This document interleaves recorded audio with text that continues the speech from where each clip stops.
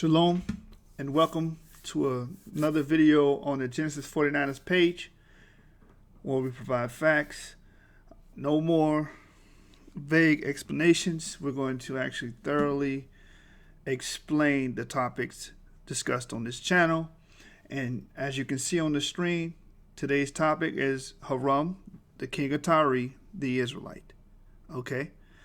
Now, a lot of my viewers are probably saying, "Oh, Hiram, he was an Israelite. How are you coming to this conclusion?" It's clear once we examine the scriptures and the historical documents pertaining to him. So we're going to get into that.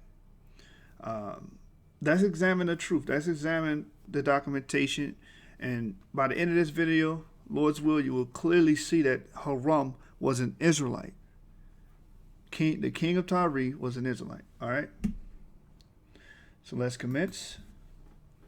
First slide. Tribe. This is from the works of Josephus, Antiquities of the Jews, book 8 and 76. It says, "Now Solomon sent for an artificer out of Tyre, whose name was Hiram. He was by birth of the tribe of Naphtali, on the mother's side, for she was of that tribe." Now, note that that is in quotations. That's in brackets, meaning this is commentary. This is not in the original writings.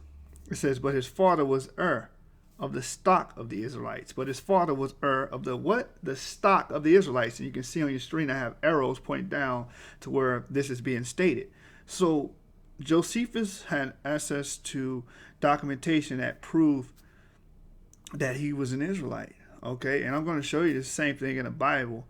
Matter of fact, in the Bible, it alludes to him being of the tribe of Naphtali, not being on his mother's side, because in the Bible, it clearly states that his mother is from a different tribe.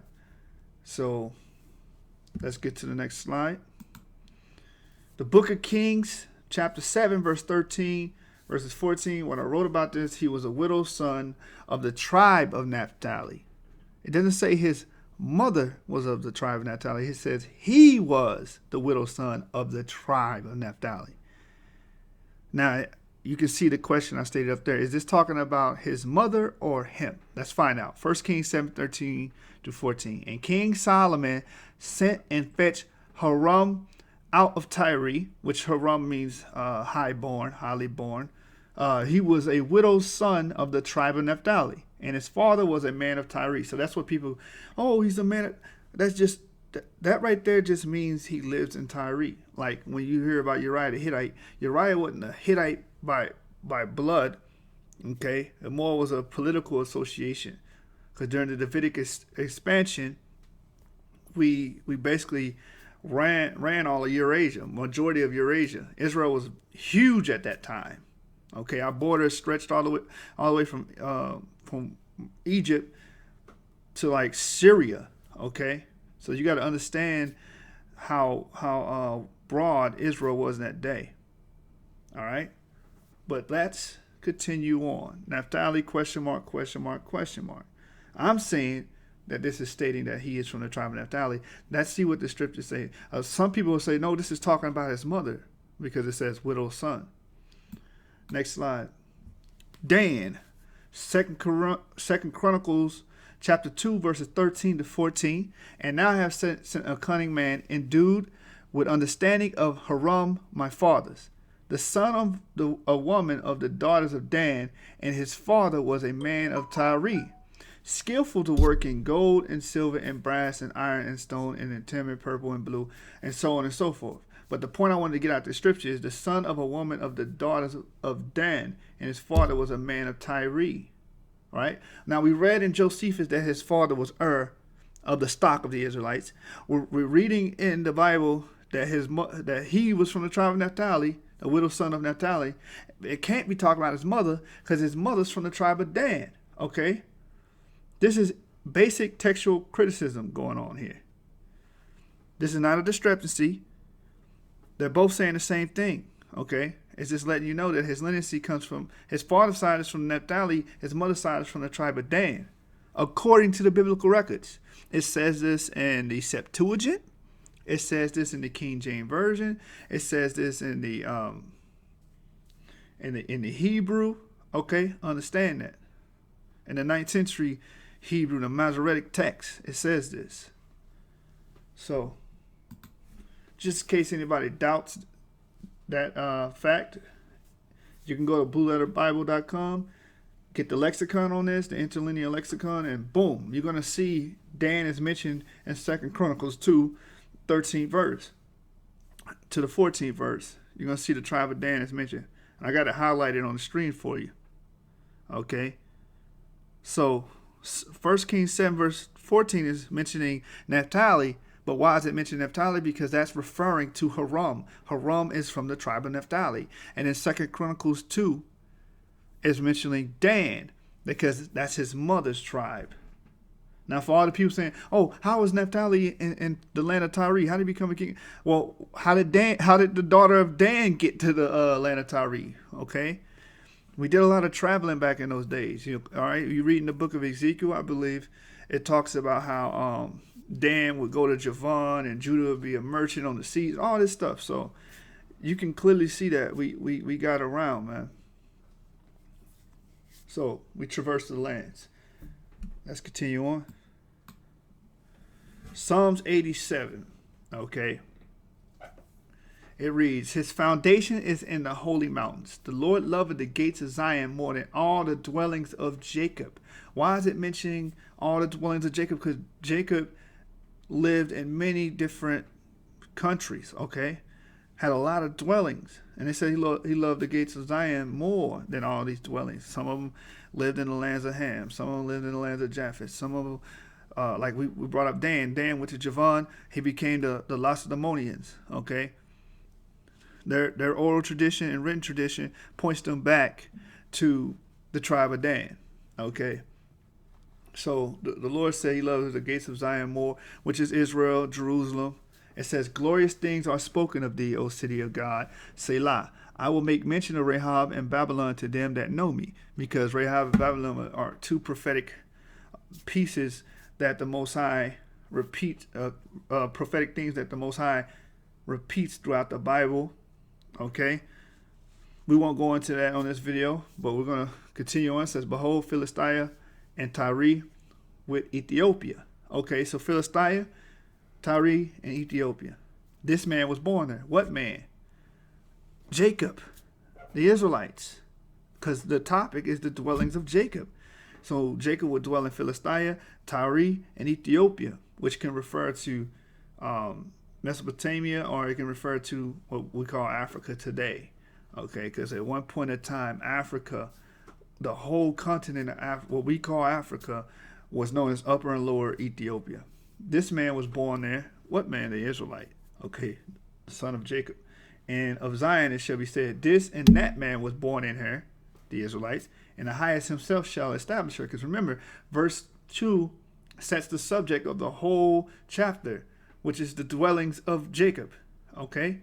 "The Lord shall count when he writeth up the people." Who is he talking about? That's why he had that song, "Oh, when the saints go marching in, I want to be a part of that number."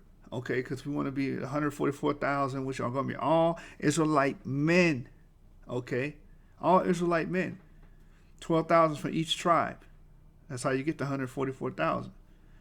So the Lord shall count when he writeth up the people. Who? The Israelites. That this man was born there. What? In these various lands, different dwellings of Jacob. "As well the singers as the players on instruments shall be there. All my springs are in thee." Okay. Let's continue on. So you can clearly see that Israelites will be born in Philistia, Tyre, and Ethiopia. And I got a video coming that's going to be fire about the Israelites going into Africa. A lot of writings of the rabbis, a lot of different historical pieces that's going to bring and shed more light about origins and stories about Israelites going into Africa. One particular is about Simeon, which I won't divulge on this video, but just stay tuned and you will get that video pretty soon. Okay, this one right here is the icing on the cake. I just want to add this last bit on Hiram being an Israelite. Okay, we prove with Psalms 87 that Israelites will be born in that land. Okay, and we'll you have a little small migration without these different lands. It says Hiram referred to Solomon as his brother, Ak, in 1 Kings 9:13 and 15. Now you can dispute this and say, well, in the book of Maccabees they called the Romans brother or whatever, but this is talking about Hiram himself being called brother, and also there's more to it, which I got here listed. Solomon offered 20 cities in the land of Galilee to Hiram, 1 Kings 9 and 11. Now Hiram didn't like these lands, but he offered him cities. I don't really see him doing that. 20 cities, come on, 20 to a heathen, you know what I mean? And him naming him brother, and him being an Israelite just makes all this make sense. Okay, David established the brotherly covenant through Hiram. That's why you got Amos 1 and 9. Some Israelites teach that Amos 1 and 9 is talking about, when it says brotherly covenant, it's talking about the covenant that Jacob had with Esau. No, it's talking about the covenant that David had with Hiram, what Solomon had with Hiram. Okay, and here's the last point. Hiram helped Solomon build the temple, 1 Kings and 5. He also helped Solomon go to Ophir and Tarshish. Okay, and brought forth massive riches into the kingdom of Solomon. Okay, right? And I'm going to say this too. Hiram was a key part of us discovering Ophir, which through a lot of study and a lot of my research, I say that it's America. And I don't think there's nothing else that can compare the amount of gold legends and stuff like that, and how much riches that were in America, not Africa, excuse me, within America. Okay, like Cusco, the richest city that was in the Americas. Okay, it was full of gold and silver, right? The stories of El Dorado and all these different stories you hear, and all that gold they found in Haiti, right? In the Caribbeans, within Brazil, okay, Costa Rica, the coastal riches, all right? Within the Aztec Empire, the golden plates they found in Zebulon or the Mayan Empire, right? And Ophir means gold. So I don't know what other place on the planet could compare to the Americas, you know, as far as being regarded as Ophir. So he even helped Solomon in that aspect. So, you know, I am completely convinced the scriptures are clear. They're vivid that Hiram was an Israelite of the tribe of Naphtali. Okay. And Josephus even said his father was he was from the stock of the Israelites. All right. The scriptures say so as well, like I stated before. 1 Kings 7 and 14 cannot be talking about his mother, because 2 Chronicles says his mother was from the tribe of Dan. All right.